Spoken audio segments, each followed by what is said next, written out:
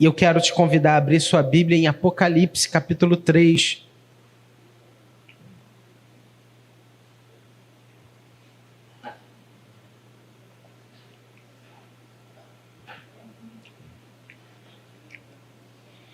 Apocalipse, capítulo 3, a partir do versículo de número 7.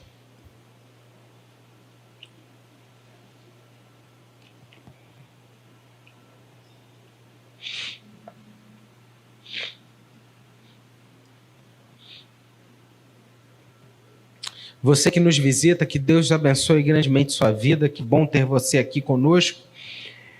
Apocalipse capítulo 3, versículos de 7 a 13.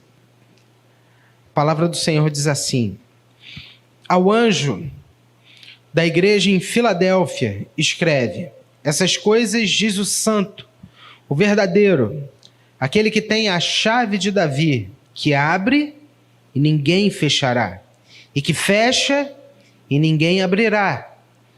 Conheço as tuas obras, e eis que tenho posto diante de ti uma porta aberta, a qual ninguém pode fechar.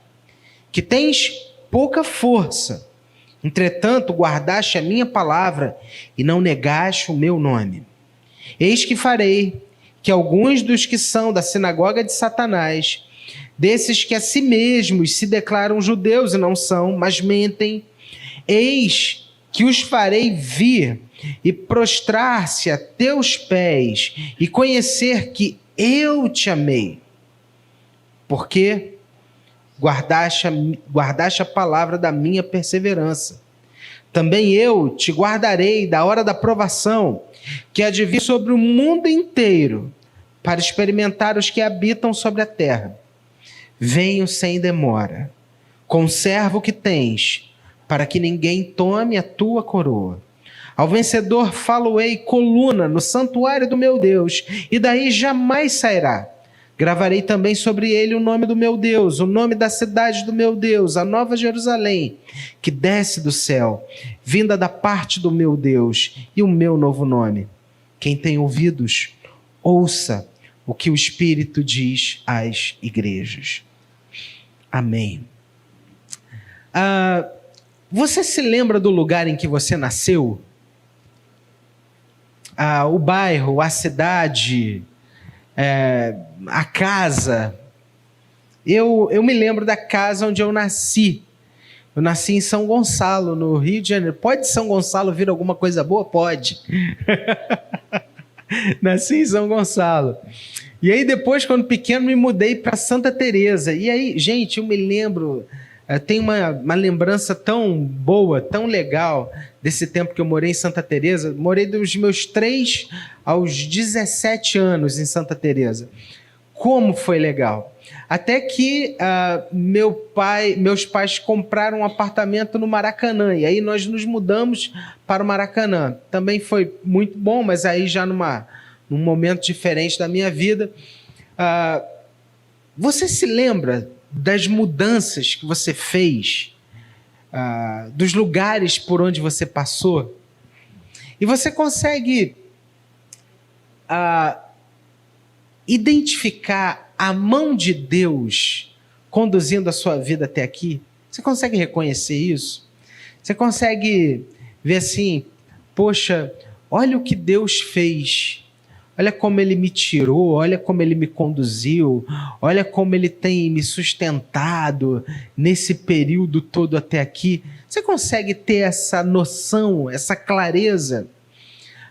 Porque uma coisa é fato, Deus Ele conduz a nossa vida, Deus Ele está conduzindo hoje a sua vida, Deus Ele está abrindo portas e fechando portas, para que você seja conduzido pelo amor que Ele tem a você. Eu me lembro, há um certo tempo, de conversar com um casal de amigos que passava por uma grande dificuldade, um momento muito difícil, e Deus conduziu as suas vidas. E eles hoje vivem um momento completamente diferente. Você consegue perceber? a ação de Deus assim também na sua vida, em momentos difíceis que você já viveu lá atrás, e como Deus te tirou desses momentos difíceis e te trouxe ao lugar que você está hoje. Eu gosto sempre de dizer sobre os 3 momentos que a gente pode viver na nossa vida. Momentos em que a gente está numa tempestade, momentos em que nós estamos saindo de uma tempestade e momentos também que nós nos preparamos para entrar numa tempestade. Deus conduz a nossa vida. Deus nos leva na direção que Ele mesmo preparou para nós. Nós estamos nos debruçando hoje aqui sobre um texto em que mostra essa condução de Deus sobre a vida de uma igreja. Eu estava aqui no louvor e eu estava vendo aqui a Renata e o Vinícius cantando, e eu estava me lembrando lá de 2020, quando a gente estava tendo que fazer os nossos cultos online. E aí, pela manhã, a Renata e o Vinícius cantavam tal, e eu da minha casa, eles da casa deles. E como foi difícil aquele tempo de pandemia, mas Deus nos conduziu. E todos nós tivemos perdas nesse tempo que a gente está vivendo, mas nós temos uma certeza, e isso é algo inequívoco para todos nós. Nós vimos a mão de Deus nos sustentando. Nós vimos a mão de Deus conduzindo a nossa trajetória. Nós passamos por um momento tremendamente difícil, mas Deus até aqui nos sustentou. E nessa carta, a gente percebe aqui também uma igreja em transição, uma igreja que está sendo preparada para um novo momento. Olha o que diz aí o versículo 7 e 8. Ao anjo da igreja em Filadélfia escreve: essas coisas diz o santo verdadeiro, aquele que tem a chave de Davi, que abre e ninguém fechará, e que fecha e ninguém abrirá. Olha o versículo 8. Conheço as tuas obras, e eis que eu tenho colocado diante de você uma porta aberta, a qual ninguém pode fechar, que tens pouca força, entretanto guardaste a minha palavra e não negaste o meu nome. O nosso Deus abre portas. Você pode repetir isso comigo? O nosso Deus abre portas. Eu fiz um exercício com vocês aqui de você tentar se lembrar o lugar onde você nasceu, de como Deus te conduziu até aqui, para que você pudesse entender essa verdade. O nosso Deus abre portas. O nosso Deus conduz a nossa história. Quando essa carta foi escrita, Jesus ele se refere a essa igreja como aquele que tem a chave de Davi. Aquele que pode abrir as portas que são impossíveis de serem abertas, que ele tem o poder de abrir e de fechar. E quando ele determina, eu abrirei e ninguém poderá impedi-lo, e quando ele diz, eu fecharei, assim também ninguém poderá impedi-lo. Por isso, ele pode olhar agora para aquela igreja de Filadélfia e dizer para eles o seguinte: eis que eu coloquei diante de você uma porta aberta e que ninguém pode fechar. Eu acho interessante a descrição que é feita aqui da igreja de Filadélfia. Uma igreja fraca. Pessoas frágeis. pessoas que muito provavelmente estavam sofrendo com a grande perseguição que era feita aos cristãos naquele tempo. Mas a grande questão aqui não é o poder que você tem, não é a habilidade que há em você, mas sim quem conduz a sua vida.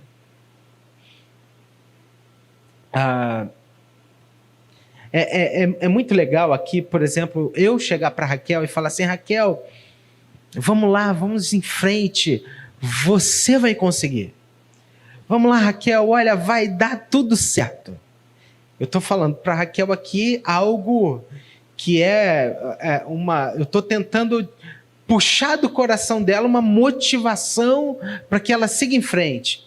Mas, veja, quando a gente consegue entender a verdade a nosso respeito. Raquel, você é amada por Deus. Deus te criou, não para que você se deixe sucumbir pelos desafios da vida, mas Deus tem um plano maior. Ele fecha, Ele abre portas. Não é assim que Deus faz na nossa vida? Deus, Ele nos vê como quem nós verdadeiramente somos, filhos. Deus, Ele olha para o Rafael, e às vezes o Rafael tem uma visão muito concreta das coisas que já deram errado, e Rafael se sinta fraco, pequeno, e Deus diz para ele assim: Rafael, a questão não é o que você tem, a questão não é o que aconteceu, a questão é o que eu decidi. Tem uma porta aberta, e não se fechará. Eu sei que você tem pouca força. Eu sei que você tem pouca força. Mas você percebe qual é a palavra de Jesus agora aqui para aquela igreja? Aquilo que chancelou aquela igreja. O texto diz: eu sei que tens pouca força, entretanto, guardaste a minha palavra.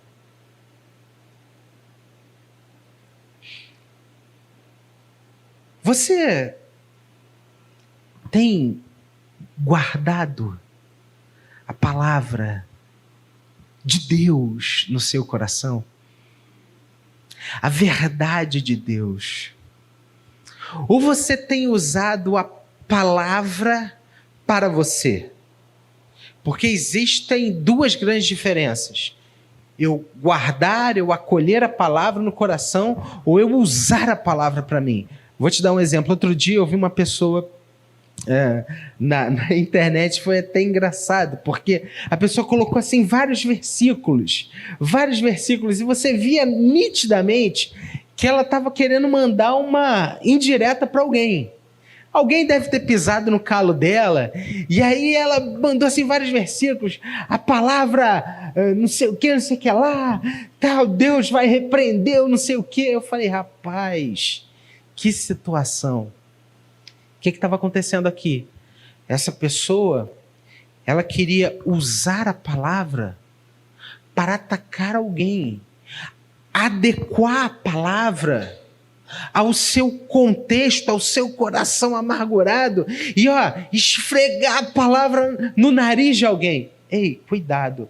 Eu me lembro de uma aula que eu tive no seminário, da disciplina de ética. E aí o reverendo Marcos Azevedo, me lembro disso até hoje, ele estava explicando o que é tomar o nome de Deus em vão. A gente estava tendo uma aula sobre os 10 mandamentos. E ele explicou com muita maestria que usar o nome de Deus em vão não é falar assim: ai meu Deus, o que aconteceu? Não é isso. Usar o nome de Deus em vão é você usar o nome de Deus para coisas que Ele não está, para coisas que Ele não está fazendo, para coisas que Ele não aprova. Então, todas as vezes que eu pego a Bíblia e esfrego ela assim, desculpa a expressão, mas eu estou tentando ser o mais claro possível, em alguém, eu estou usando o nome de Deus em vão. E nesse texto, a gente percebe que essa igreja guardou a palavra no coração. Eu me lembro das palavras de Jesus. Aquele que tem os meus mandamentos e os guarda, esse é o que me ama. E o próprio Senhor Jesus agora olha para a igreja de Filadélfia e diz: eu tenho colocado diante de você uma porta aberta. Coloca aí o versículo 8, por favor. Eu tenho colocado diante de você uma porta aberta, a qual ninguém poderá fechar. Eu sei que você tem pouca força, entretanto, você guardou a minha palavra. E há uma segunda expressão aqui: e você não negou o meu nome. Negar o nome. Negar o nome de Jesus é deixar de reconhecer aquilo que ele faz, é deixar de reconhecer quem ele é. Eu me lembro quando Pedro, e você deve se lembrar, quando Pedro negou a Jesus. Você é daqueles que seguia esse homem? Não, nunca o vi. E por 3 vezes ele disse isso. Negar a Jesus. É incrível como Jesus, ele reconhecia essa atitude dessa igreja, que guardava a palavra e que não negava o seu nome. E para essa igreja que era fraca, para essa igreja que era suscetível a tantas e tantos mazelas, tantos e tantos problemas, a palavra de Jesus para eles é: eu tenho colocado uma porta aberta diante de você. Eu sei que você é fraco, eu sei que você não tem muita força, mas o que prevalecerá só aquilo que eu digo para você. A questão não são os recursos que nós temos. A questão não é a força que a gente tem. A questão é aquilo que Deus diz que fará. O mais provável é que essa porta aberta aqui fosse, na verdade, uma porta de oportunidade. Eu quero falar sobre vocês a respeito dessa porta, porque talvez você esteja falando: mas que porta é essa? Essa muito provavelmente era uma porta de oportunidade. Quem sabe até mesmo para a área missionária. O apóstolo Paulo, por exemplo, ele usou essa expressão várias vezes nas suas cartas. Quando ele voltou lá da primeira viagem missionária, ele diz lá em Atos 14, 27, Deus abriu a porta da fé aos gentios. Já na sua terceira viagem missionária, ele escreveu em 1 Coríntios 16, 9 assim: uma porta ampla e promissora foi aberta. Aqui em Filadélfia, talvez essa porta fosse a ideia de que a cidade de Filadélfia estava num lugar muito estratégico. Ela estava situada em um extenso e fértil vale. E ela controlava todas as rotas comerciais daquele tempo. Há um estudioso bíblico chamado William Ramsay, que foi um arqueólogo que viveu no início do século XX. Ele relatou que era a intenção do fundador da cidade de Filadélfia que ela se tornasse o centro da população greco-asiática e que a cidade de Filadélfia fosse um local de propagação da língua e da cultura grega. E por conta disso, Filadélfia foi uma cidade missionária desde o seu início. Agora era o lugar, era o momento de que através daquela cidade o nome de Cristo chegasse a muitos e muitos lugares. Incrível, porque Deus, pela sua misericórdia, apesar de nós sermos fracos, apesar de nós não termos recursos, Deus tem aberto portas para que o seu nome seja conhecido através da nossa vida. Outro dia conversava com a minha irmã Carla e ela dava um exemplo de uma pessoa no seu trabalho que ela compartilhava o evangelho. E quantos de vocês não têm também tido a oportunidade de serem instrumentos de Deus aonde Ele tem nos colocado? Portas abertas.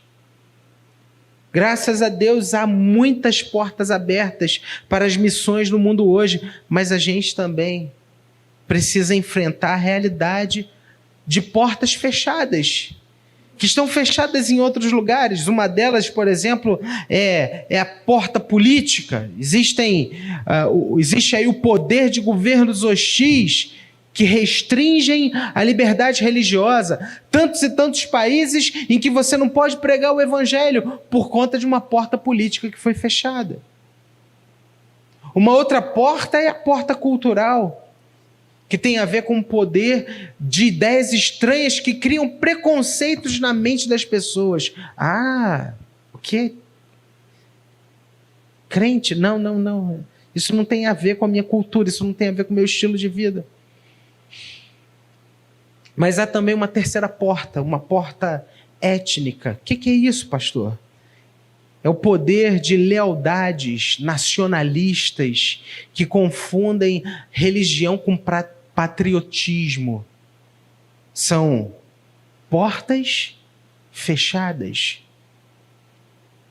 A gente vive um tempo, irmãos, complexo. Outro dia eu vi uma pessoa dizendo assim, não, Deus, fé, política, está tudo junto. Cuidado. Cuidado com aqueles que abrem mão de tudo. Cuidado com aqueles que dizem que veem Deus em absolutamente tudo. A gente precisa ficar com a verdade do Evangelho. Devemos manter os nossos olhos fixos na grande chave que está nas mãos do Senhor Jesus.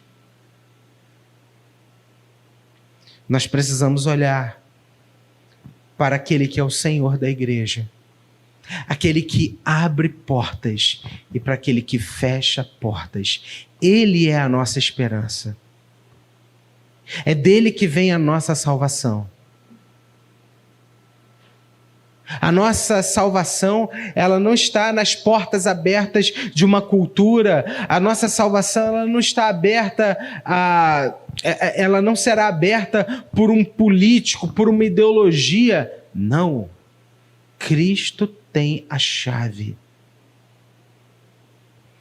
Nós somos chamados a reconhecer pela fé as portas que o Senhor tem aberto para nós. Quais são as portas que Deus tem aberto na sua vida? Quais são as portas que Deus tem fechado na sua vida? Às vezes, diante de uma porta fechada, a gente reclama tanto, não é? Senhor, mas eu gostava tanto disso, eu gostava tanto daquilo. Se Deus fechou uma porta é porque Ele tem algo novo e bom para fazer na sua vida, porque Ele conduz a nossa história.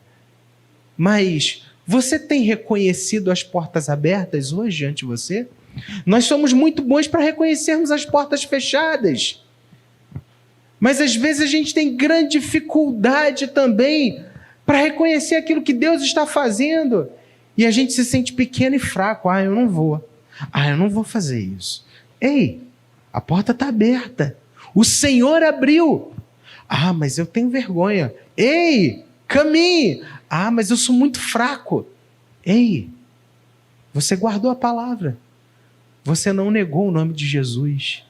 Deus está com você. Ele te chama. Qual é o seu medo? Qual é a sua preocupação? A questão não é a sua fraqueza, mas a questão é o poder daquele que te chama.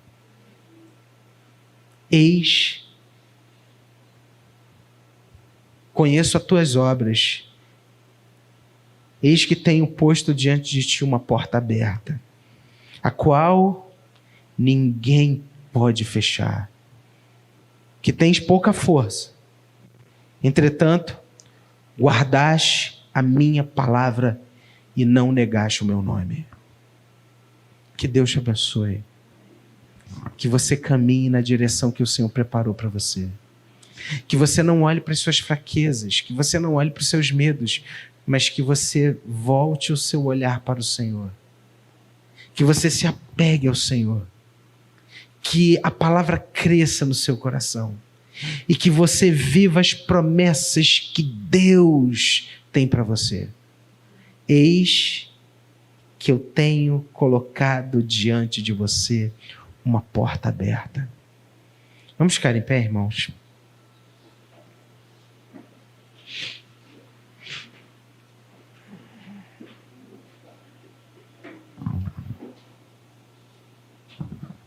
Vamos falar com Deus? Pai, muito obrigado, Senhor. Obrigado porque até aqui o Senhor tem nos sustentado. Até aqui o Senhor tem nos guardado. Até aqui o Senhor tem conduzido a nossa vida. E nós sabemos que o Senhor continuará conduzindo conforme a tua vontade. Nós lemos aqui hoje na tua palavra que a grande questão não é a força que nós temos, mas sim aquilo que o Senhor deseja fazer, aquilo que o Senhor fará. Às vezes nós olhamos para a nossa vida, Pai, e a gente só vê fraqueza. Às vezes a gente olha para a nossa vida e a gente só vê problema, Pai. Mas a tua palavra hoje nos chama a guardarmos o nome do Senhor, a guardarmos a tua palavra. E nós estamos aqui fazendo isso, Pai. Nós queremos ter um olhar diferente para a nossa própria vida e entender o plano maior do Senhor. Entender que, de fato e de verdade, o nosso futuro está nas mãos do Senhor. E se o Senhor nos manda caminhar, nós precisamos caminhar. Eu sei, Pai, existem coisas que a gente precisa deixar para trás. E às vezes o nosso medo tem nos prendido. Existem pessoas que até aqui, por anos e anos, são conduzidas pelo medo. Mas hoje, Pai, nós vimos na tua palavra que o medo não pode nos orientar. Que o Senhor nos orienta. Apesar do nosso medo, apesar da nossa fraqueza, o Senhor tem um plano maior. O Senhor tem um caminho novo. O Senhor tem uma porta aberta.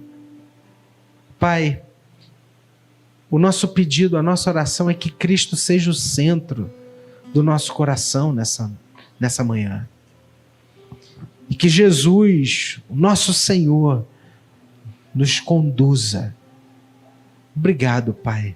Obrigado pela tua palavra que jamais volta vazia. Obrigado pelos irmãos que o Senhor colocou aqui no nosso lado, porque o Senhor tem portas abertas na vida deles também.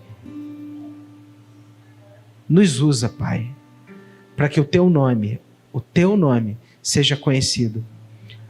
Abre portas, Pai. Nós queremos levar a tua palavra em nome de Jesus, para a glória do Senhor Jesus. Amém e amém.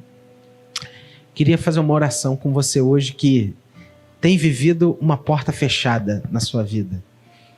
Uma porta fechada, assim, um momento difícil. Um momento assim, você tá...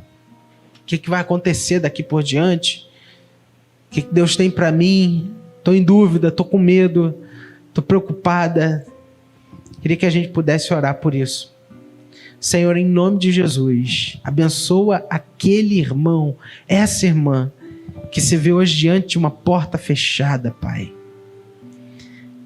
Fortalece o coração na tua palavra.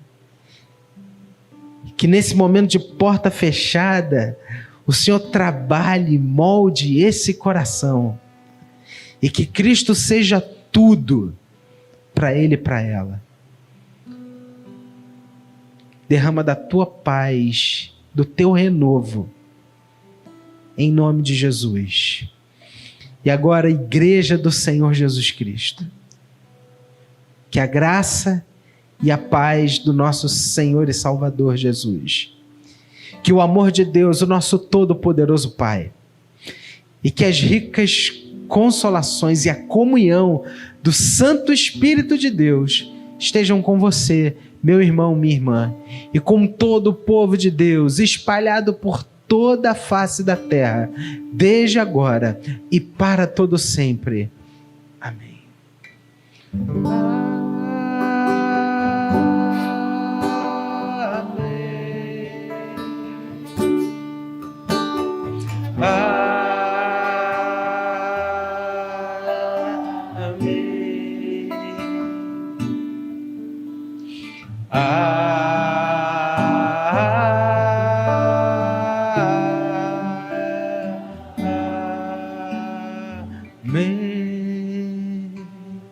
Amém. É um abraço aí no seu irmão, na sua irmã. Deseja a paz de Cristo para ele, para ela. Deus tem uma porta aberta para você. Deus te abençoe.